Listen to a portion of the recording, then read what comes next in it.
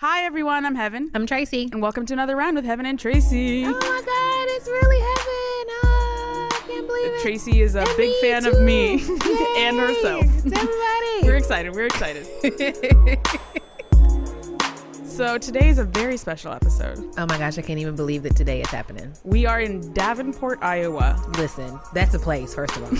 Who knew? We have seen 3 black people. Yep. 2 of them were at the airport. The other one works in the building that we're in. Yes. Why are we in Davenport, Iowa, Heben? We are interviewing one of the presidential candidates that you can see this week in the debates. Ooh, who is it? I love that you're my studio audience. We are interviewing Hillary Clinton. And I'm excited about it. It's gonna be dope.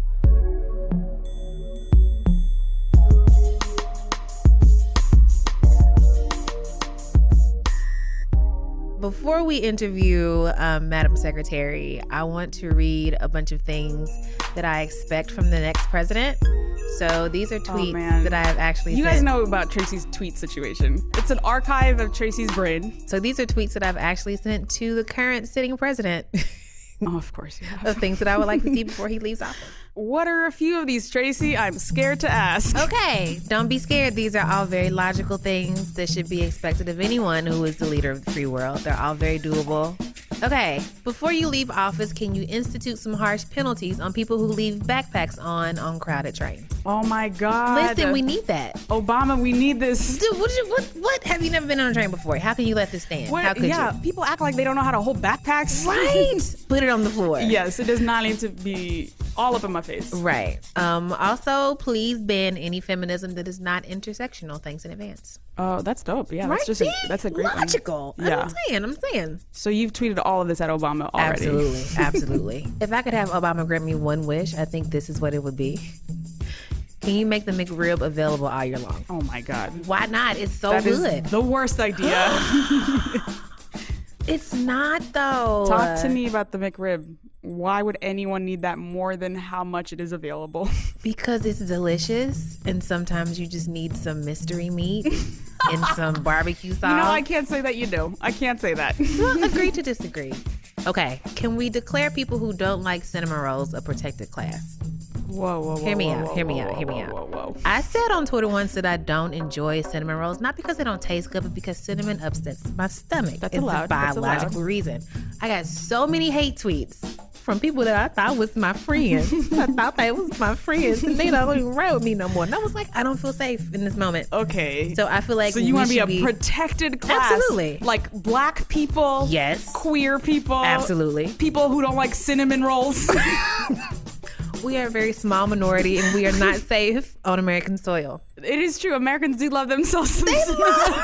They do love themselves some cinnamon rolls. They absolutely do. That's wild, Tracy. I would just like to feel safe in the country where I pay taxes sometimes. Has Obama ever responded to any of these tweets? No, I wonder why. Because he's busy, okay? Because he went to law school and he's like, that's not a protected class. Okay, wait, I have one more. Is there a particular bureau that I should complain to when I order curly fries, but most of them are just like barely curvy? Oh my God. Do we agree on this? Yo, number one, yes. Number one, okay. All right, so we agree on something. That is so rude. It is. Like, you know how I feel about curly fries. Curly fries are my favorite flavor of fries. I realize they are a shape, but come on, they're also a flavor. You can't just curl a fry and be like, it's a curly fry. It has to have a very specific taste. And then when taste. you order some curly fries and you get 2 that are actually curly and the rest is just like... rude. It's a lie. It's false advertising. advertising. I didn't order straight fries. Right. I didn't realize I had so many strong feelings about this. So these are things that I would like current president to do, and if not current president, then next president. And perhaps our guest today can help us out with some of these things. But I'm probably not going to bring them up. Because who says those things out loud? Me.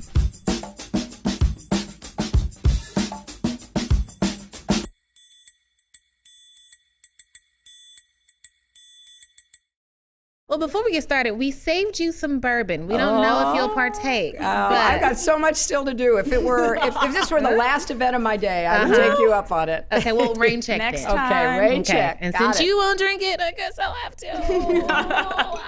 So we are here in Iowa with Hillary Clinton. AKA Val, the bartender. Madam Secretary, I know you're a very busy woman, so let's just get started.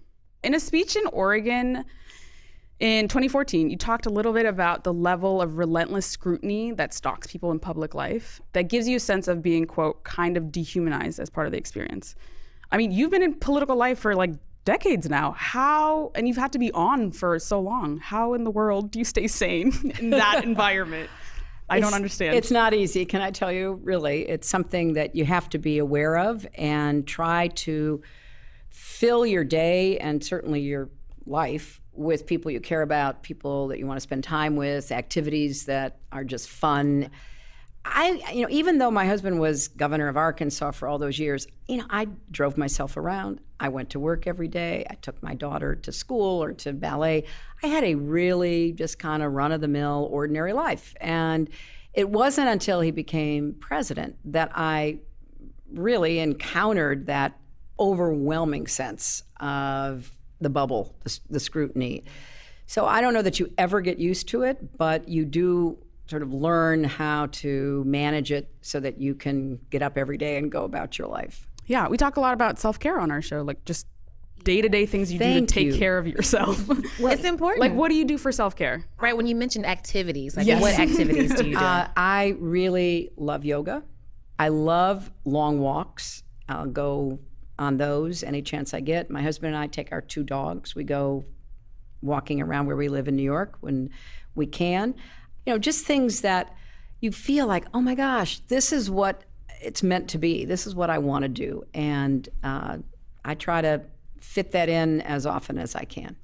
There was a moment when you were on the campaign trail in 2008, famous moment, and one of my favorite moments that I've ever seen from a politician, which I have like maybe 2 or 3 That's favorite rare. Political moments. I'm not a political person at all. Ever said that? Maybe 3. But you were in New Hampshire and someone asked you, like, how do you get up and go out the door every day? And you got very, very emotional. I did. I know that there's been a lot of talk about what led up to that moment, but how did you feel afterwards? Like when you got home that night, were you like, I shouldn't have done that? Did you feel like you were showing a sign of weakness, or did you feel powerful and like normal? How did you feel when it was over? That's a great question, and I don't know that anybody has ever asked that of me before. I did not know that's how I was going to feel.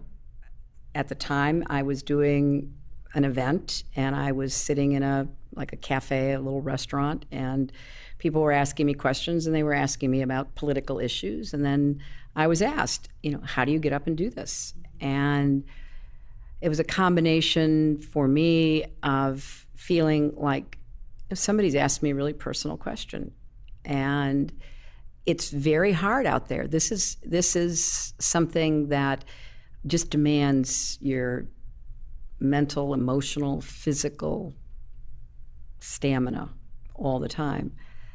And I just felt like, how do I get up every day and do this? Mm-hmm.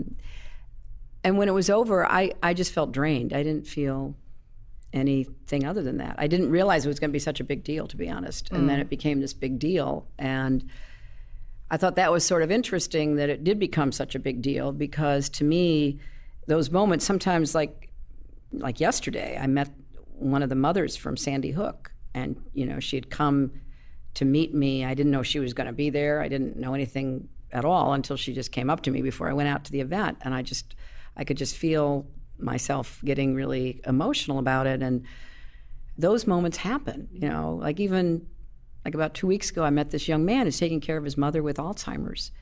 And he said, I need help. And I said, well, tell me, what do you need? And he said, I'm taking care of my mom. She has Alzheimer's. I can't afford a caregiver.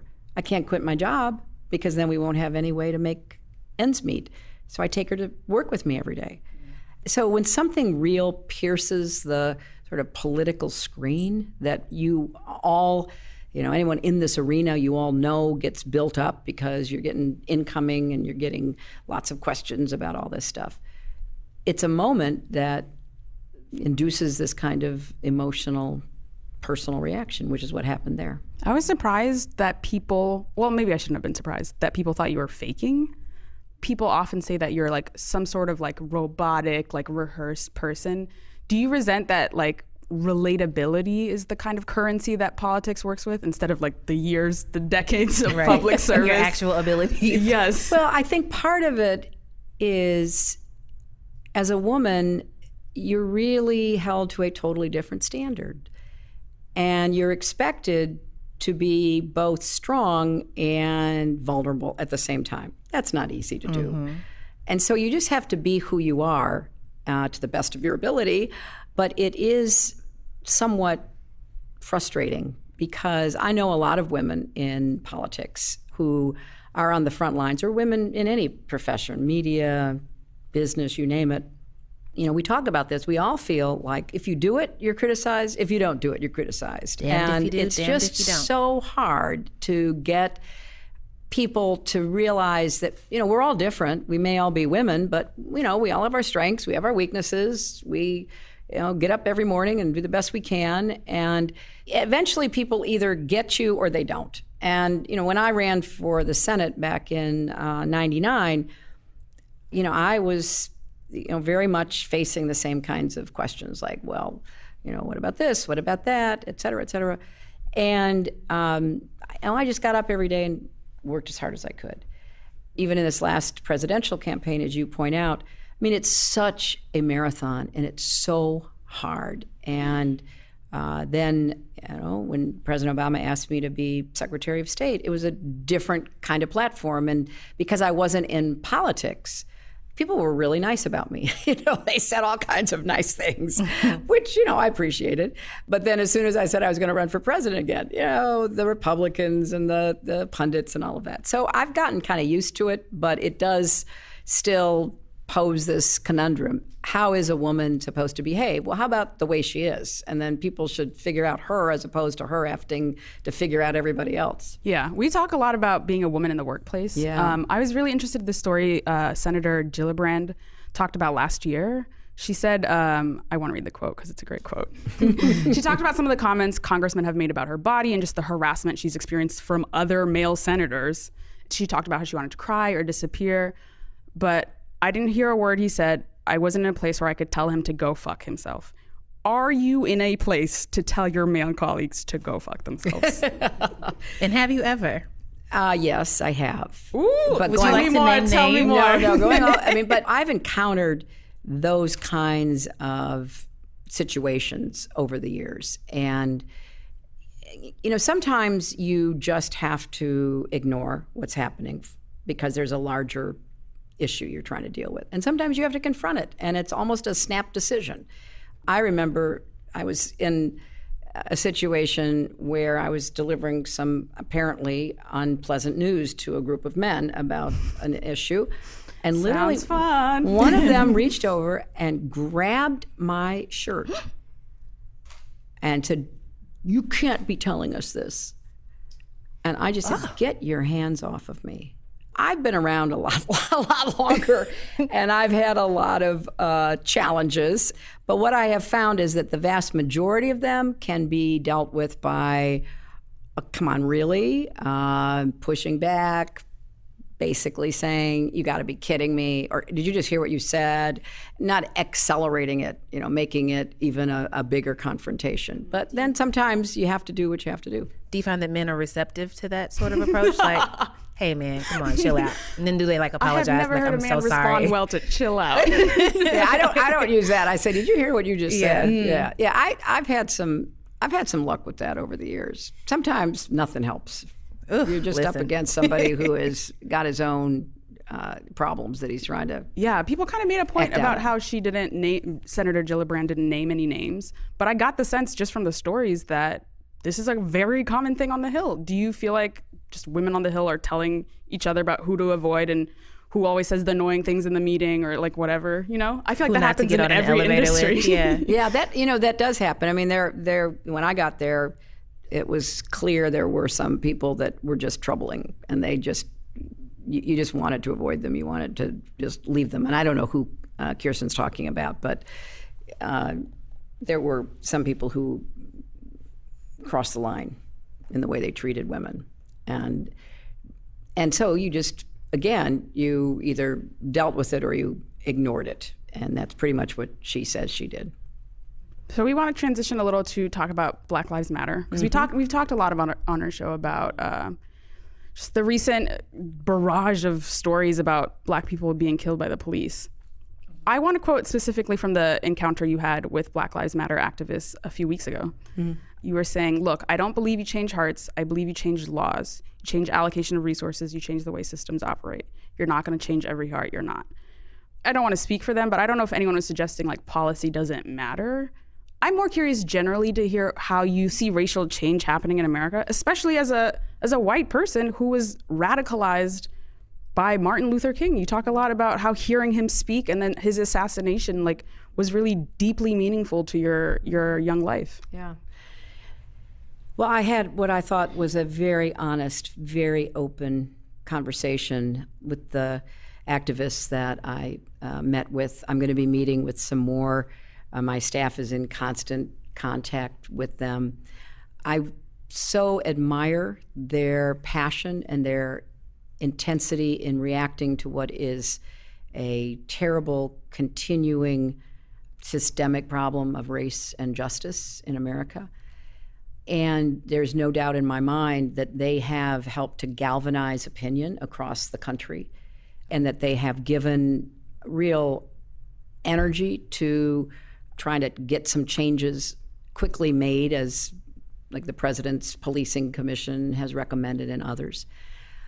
But I was sounding a note of caution because, again, having done this for a long time, I don't want anybody who has that level of intelligence and energy and commitment to get discouraged, to walk away from the hard work it takes in politics to make changes, because we need them. We need their voices, we need their activism. And I've seen myself a lot of change that has happened, and it matters. I mean, the Civil Rights Act mattered, the Voting Rights Act mattered.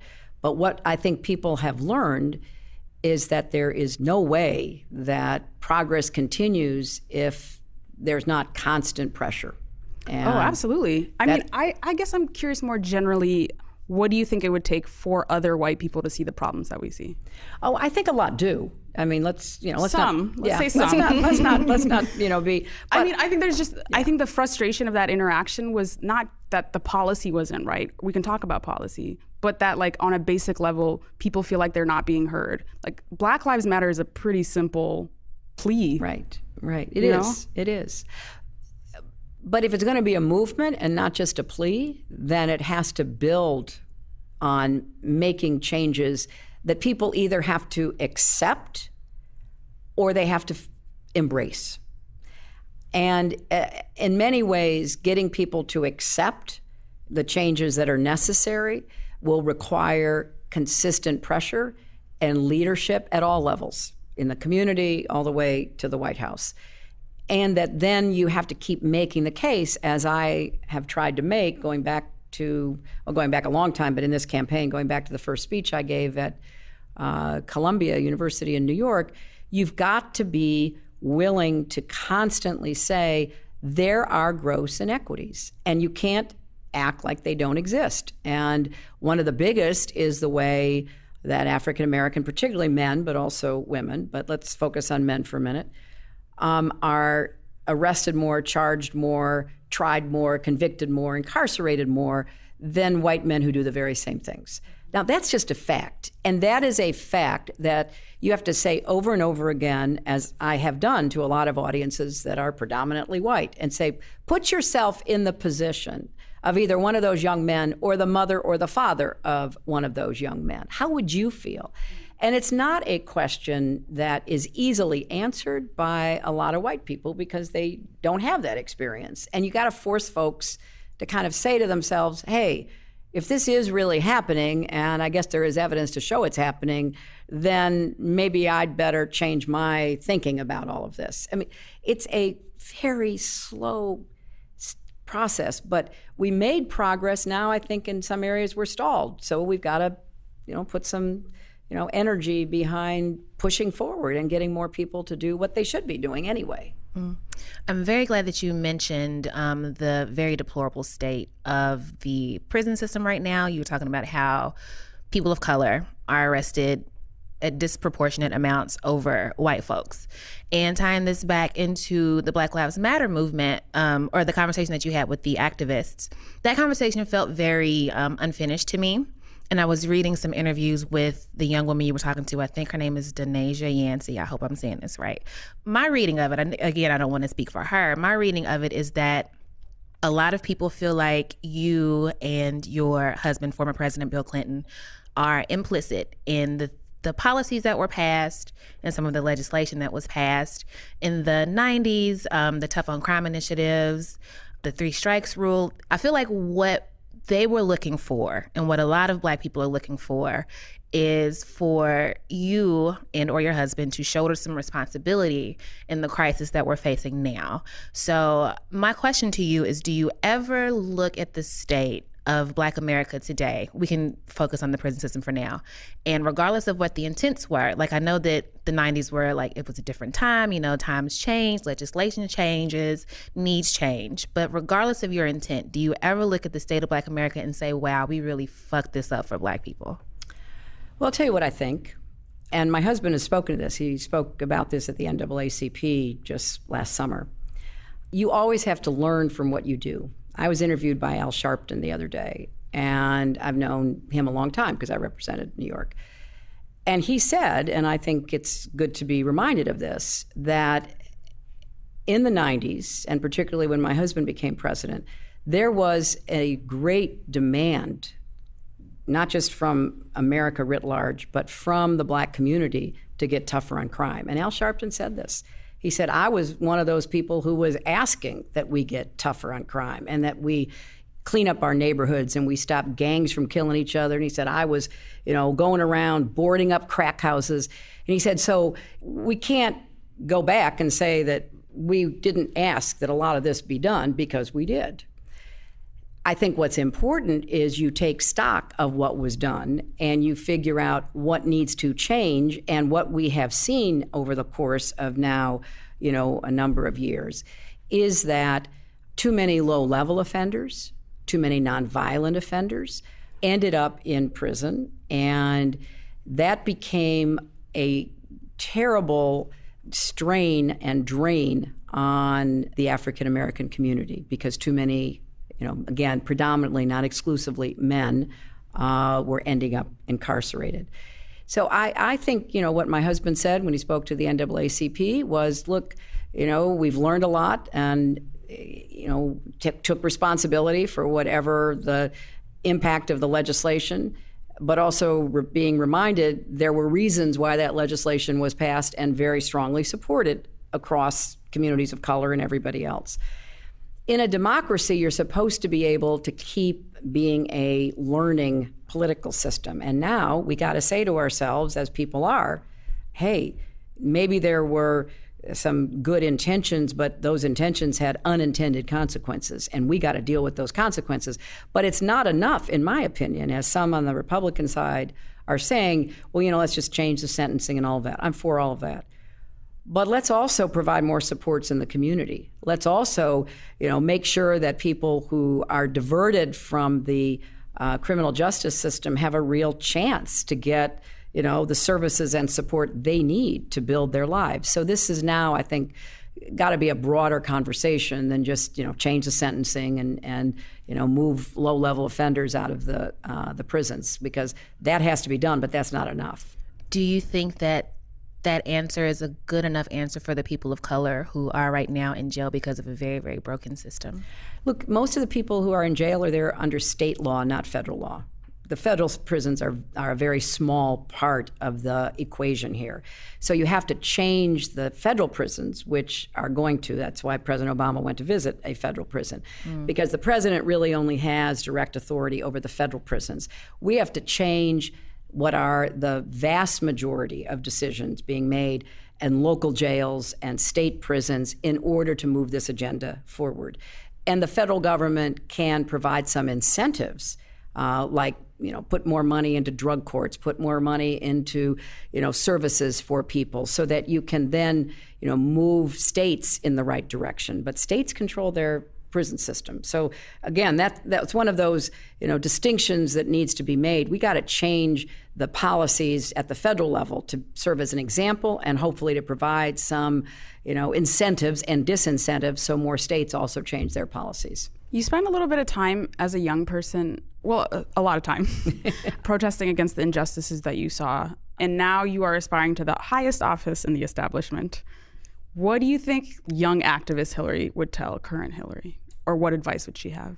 There's a role for activism, and I am a huge proponent of activism.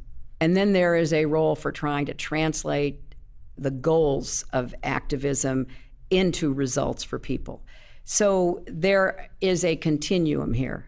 When I worked for the Children's Offense Fund, we were trying to change a lot of things about why kids ended up in, prison systems and why kids with disabilities couldn't go to school. So we were active and we gathered our information and we made our case. And then we combined forces with a lot of other groups, and then we got the law changed. And you have to keep doing that over and over again. So to answer the question, what would she say? Keep doing what you can to try to realize the goals that I've always had my entire life. Only now I will be working on them from a different position.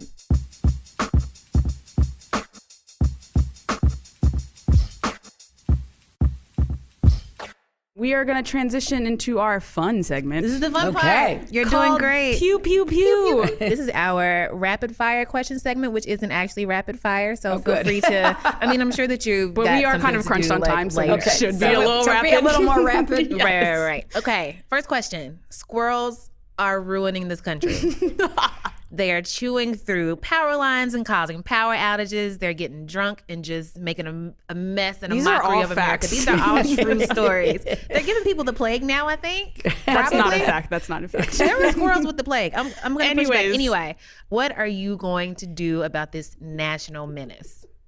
Well, I'm certainly going to draw a lot of attention, and I think it's important that I'm for gun control, but people, as far as I'm concerned, can do whatever they want to get rid of the squirrels that are biting through power lines and getting drunk and giving people the plague. Kanye West announced he's going to be running for president 2020. If he asked you to be VP, would you do it? Well, I have to say, I've told Kanye that I think that he might want name drop. He might want to wait because I'll be running for re-election. I see. I might want to try to give him some additional experience. So he's got on all the other things he's done on his resume. He's got some kind of envoy role or something that he can point to. But I would not rule out anybody for vice president. So that's a strong maybe. I wouldn't rule out anybody. Okay. In fact, are you two over 35? Not yet. I've got 2 more years. Okay, we are actually children. Yeah, so maybe by 2020 you would be. So I won't rule you out either. Yeah, please hit us up. In preparation for this interview, I watched a lot of your interviews, and I noticed you never sweat, like physically. We are the sweatiest humans on the planet. Like, I've done like a little bit of press, and I get so hot. I'm TV sweating lights, right now. I'm stage still. lights. Like, what is your deodorant situation? Well, first of all, you've only done a little bit. When you've done as much as I have. What is your secret? My secret is just you do it so often. You didn't see me 40 years ago when I did my first one. I don't mean like sweat because you're nervous. I just mean physically. Lights are hot. It's Lights hot. are very, very hot. I'm genuinely curious what your deodorant is. I just turned off the thermostat. No, I don't know. Do you have a spray situation? Is that a liquid? I am not joking. I'm sweating right now, guys. Solid block. Solid. I like the solid. Okay, Yeah, solid I gotta block work on the better. solids. Yeah. Okay. This is an odd question that I lobbied for a lot because it's one of my favorite questions to ask people. If you don't have an answer, that's fine, but I will be a little sad. Okay, Tracy, Jesus. What's the weirdest thing about you? The weirdest thing about me is that I don't sweat. Yes, Obviously. Best theory for Hillary's a robot, zero sweat. See, you guys are the first to realize that I'm really not even a human being. I was constructed in a garage in Palo Alto a very long time ago. People think that, Bill Gates and Steve Jobs, they created it. They don't even know. Oh, no. I mean, a man whose name shall remain nameless created me in his garage. Are there more of you? Now, I thought he threw away the plans. At least that's what he told me when he programmed me, that there would be no more. I've seen more people that kind of don't sweat and other things that make me think maybe they are part of the new race that he has created, the robot race. So there's a cyborg but army. I don't, you got to cut that. You can't tell anybody this. I don't want anybody to know this. I mean, this has been a secret until here we are in Davenport, Iowa, and I'm just spilling my, electronic guts to you. And without any bourbon. Without any bourbon, yeah. That's why I have to wait till the end of the day. What are your thoughts on reparations, and how soon can I expect my check? Because I feel like it's time, Madam Secretary. I have a running tab. What's good? I'll tell you what I think is we need to make many more investments in everything from preschool education to affordable housing. That's my form of, trying to give people the chance to be empowered to make the most out of their own God-given potential. That's what I believe. So Tracy Clayton's not getting the check is what I just heard. I don't think that either one of you will probably need it, but you never know. I'll try to get the system to change. You don't know my bank account. If you saw my summary right now. We hear you are good. You're fans of The Good Wife. We are fans of The Good Wife. Huge fans of The Good Wife. Is it hard to watch a show that's like borrows so heavily from your life? I don't see it that way, but maybe I'm just being a lawyer obtuse. A lawyer whose husband is successful. Publicly. Yeah, all of that. Yeah. Look, I like the acting and I like the outrageous plotting, and I keep, standing there hoping that something even more outrageous will happen, because then I know it's not about me, because I've got a pretty boring life when it all comes right down to it. Do you have a favorite character?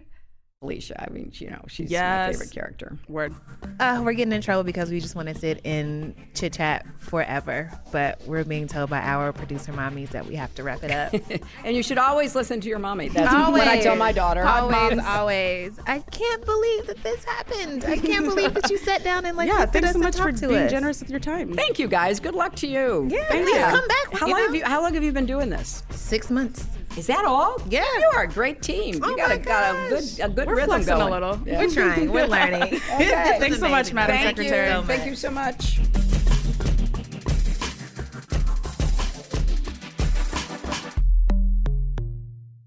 I can't believe we did that. I can't either. Let's buy some rounds and then go eat tacos maybe. Yes. Who are you buying around for, Tracy? I'm buying around for the entire cast of the Broadway play Hamilton. Ooh. But it's so good. Did you get to see it? I went to go see it on Sunday. And I didn't listen to any of the music before I went to go see it. And honestly, I was really skeptical, because I was just like, a hip hop musical about Alexander Hamilton of all people, that's not going to be interesting. That's a great reason to be skeptical. Right. But I love history, and literally everybody in my life has been talking about it. So I'm like, all right, that's true. Let me go check it out. The songs are really, really good. Thomas Jefferson and George Washington had bars I didn't even know. Things literally no one's ever said. I know. Amazing. And the crazy thing is that when we were watching Secretary Clinton earlier today, and she had the microphone in one hand and the other hand's doing politician hands, which are kind of like rap hands. I was like, you know what? I see. I'll allow it. Yeah. I was like, I see why this happened, because politics really is sort of like a hip hop battle. Kind of. I'm the best. Right. This is why you should listen to and roll vote with for me. Get with the winning team. As opposed to this scrub over here. Let me break down why this person ain't shit. Yeah. I get it. I really get it. Also, looping back to The Good Wife, Renee Elise Goldberry, who played the black lawyer that Carrie had a fling with. It's not the only thing she did in The Good Wife, but Carrie is super fine. So that's what I think of when I think of her character, because I'm jealous. Anyway, she plays Angelica Schuyler, and watching The Good Wife, I was like, how can you sing this way? It's after hearing how good she sings, it's just you the whole time you was on The Good Wife, why didn't you sing a song on The Good Wife? I don't know.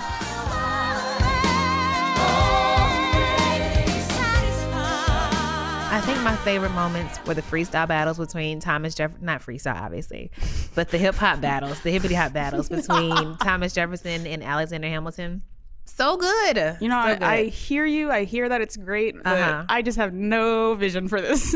Because it's a completely weird thing, but it's really, really good. So cast of Hamilton. Costs money. And it costs a shit ton of money. Yeah, that's why I haven't seen it yet. Right. Cast of Hamilton, if you're listening, come on the show. Maybe spot us a ticket or two. And please, let's talk. It's not in my budget. I can't see that show. Heben, who you buying around for? Speaking of The Good Wife, you guys know I've talked about this show a lot. but I don't think I've bought a proper round for The Good Wife. That's such a good show. This is how I pitch it to people, because I am like an evangelical Good Wife truth spreader. Great show with dope women. They're always like fly as fuck. The outfit game is on point. Every single one of them. People who like Big from Sex and the City, that's a draw. Carrie, who is Rory Gilmore's best boyfriend, I would argue. Even though that's a very hotly debated thing. Eleanor is not feeling it. Our producer is shaking her head. And obviously the protagonist, Julianne Margulies, aka Alicia Florrick, is a boss-ass bitch. I think it does like a good job of talking about like being a woman in politics, being a woman at work. There's a lot of race stuff in it. Obviously, my favorite character is Kalinda Sharma, Archie Punjabi. So Archie Punjabi on The Good Wife is like the only character on TV besides maybe the Broad City Girls that I would identify as properly queer. Like they take great pain to like not particularly say what her sexuality is, and she kind of dances around it, but not in a way that's like I'm closeted, just more like this is who I am. So like she's just an unreal character in the TV landscape. But she's dope just on all other accounts. Also, her leather and like boot game is on point. Listen. But I am very, very, very upset that they have not let her go on to season 6. Like her story ended. And what is the deal behind that? There's all this gossip about her and Julianne Margulies like having beef. So like they didn't even shoot the final scene they had together. And I normally don't care for this kind of beef, but I'm like, yo, what the fuck happened? Right.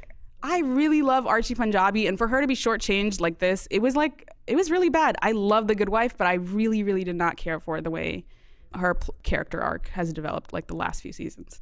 That doesn't sound like an endorsement, but it is a very good show, It's guys. a really good show. Also, I don't watch TV, so. Yeah, it's one of the only shows I watch as it's airing because they do take care to be topical. They are going to have season 7 is going to have Hillary Clinton as a character.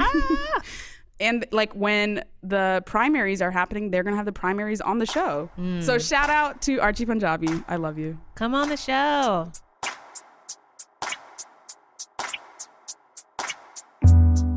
Having a sweat. What? We did it. We're finished. Oh my God. I really could not believe this happened. We laid on the floor for like 5 minutes after the Hillary portion was done. Am I allowed to say Hillary right now? After the Madam Secretary portion was done. Thanks to everybody in the world. Thank you to Ben Smith, our editor-in-chief. Thank you to Ruby Kramer and Catherine Miller, who are dynamic and amazing political reporters at BuzzFeed.com. Couldn't have done it without you. Thanks to Hillary's camp, we really could not have done it without you because you brought her to us quite literally. Shout out to the Pod Squad. Pod Squad. Hey. This episode was produced by Eleanor Kagan and Jenna Weiss Berman, who have been traveling through Iowa with us yes. and keeping us sane. And also all up and down the West Coast, guys. Crazy life. Production support comes from Julia Farline and Meg Kramer, who we miss very, very dearly while we are in freaking Davenport, Iowa, which is a place I never thought that I would go. Thank you to Optimus Prime. Shout out to the Tracy. Oh my gosh, what a day. What a day. What a life. What a day, what a life. Thank you to our in-house musicians, Jean Gray, who you can follow at Jean Greasy on Twitter, and to Don Will of the Almighty Tanya Morgan, which is a rap group. A lot of people think that Tanya Morgan is a lady singer. She's not. It's a rap group. You can follow him online at Don Will. That's DONWILL.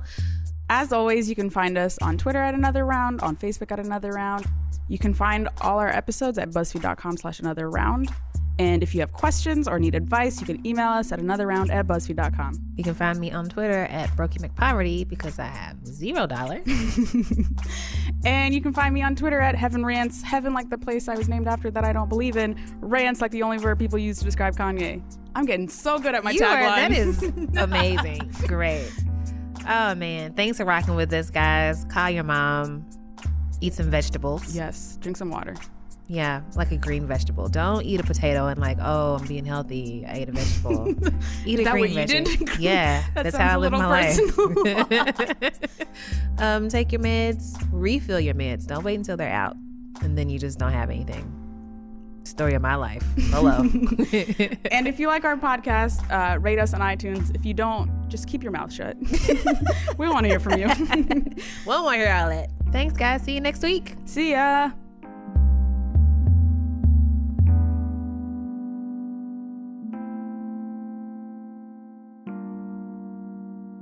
Have you ever seen Frisky Dingo? Did I ever buy a round for Frisky Dingo? I This don't show?